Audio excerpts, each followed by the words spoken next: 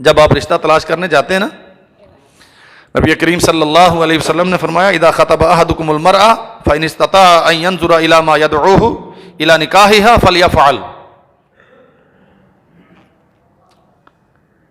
نکاح کرنے والا مرد بے نفس ہی یا اپنے خاندان کی کسی خاتون کے توسط سے، مسئلہ سمجھ لیں، ذاتی طور پہ خود یا خاندان کی یا کسی بھی معتمد علیہ خاتون کے توسط سے جس کی طرف پیغام نکاح بھیج رہا ہے اس کو دیکھنا چاہے، یہ شریعت ہے. کون دیکھے؟ جس نے نکاح کرنا ہے. اچھا، بچیوں کے والدین کے بھی مائنڈ سیٹ بڑے عجیب ہوتے ہیں. جس نے نکاح کرنا ہے اگر اس کی ڈیمانڈ آ جائے نا اسی نہیں تھے کرنا ایڈے بے یا نے نکاح تو پہلو ساڑی کڑی نہیں دیکھنا چاہتا ہے.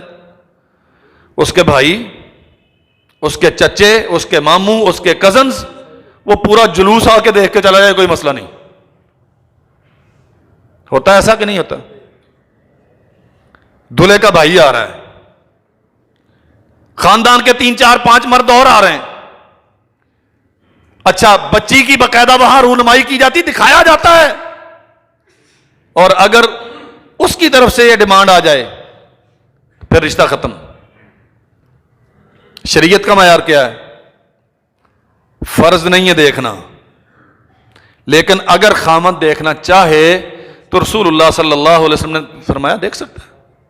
بلکہ نبی علیہ السلام کے پاس ایک آدمی آیا، اللہ کے نبی فلاں خاندان میں رشتہ کرنا چاہتا ہوں.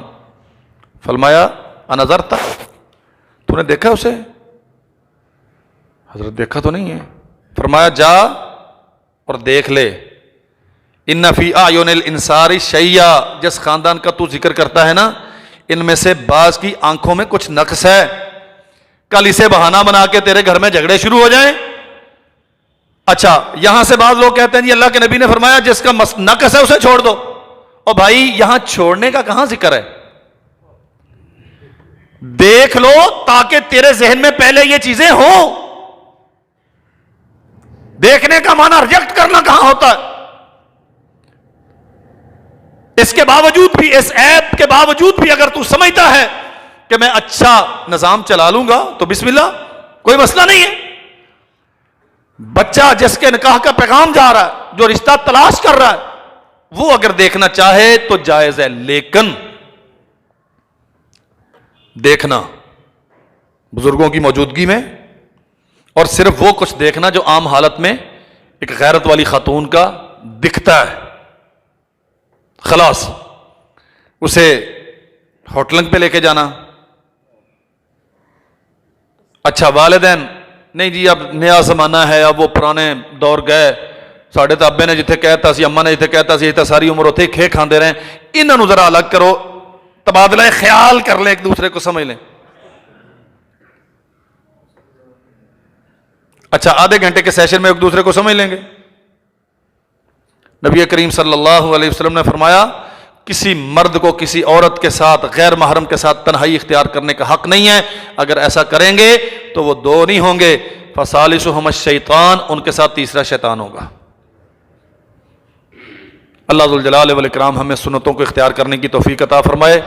تھوڑا تلخ اور ذرا خشک موضوع ہے، لیکن میں امید رکھتا ہوں کہ آپ ذرا بر وقت تشریف لایا کریں گے اور توجہ کے ساتھ بیٹھ کے سنیں گے انشاءاللہ.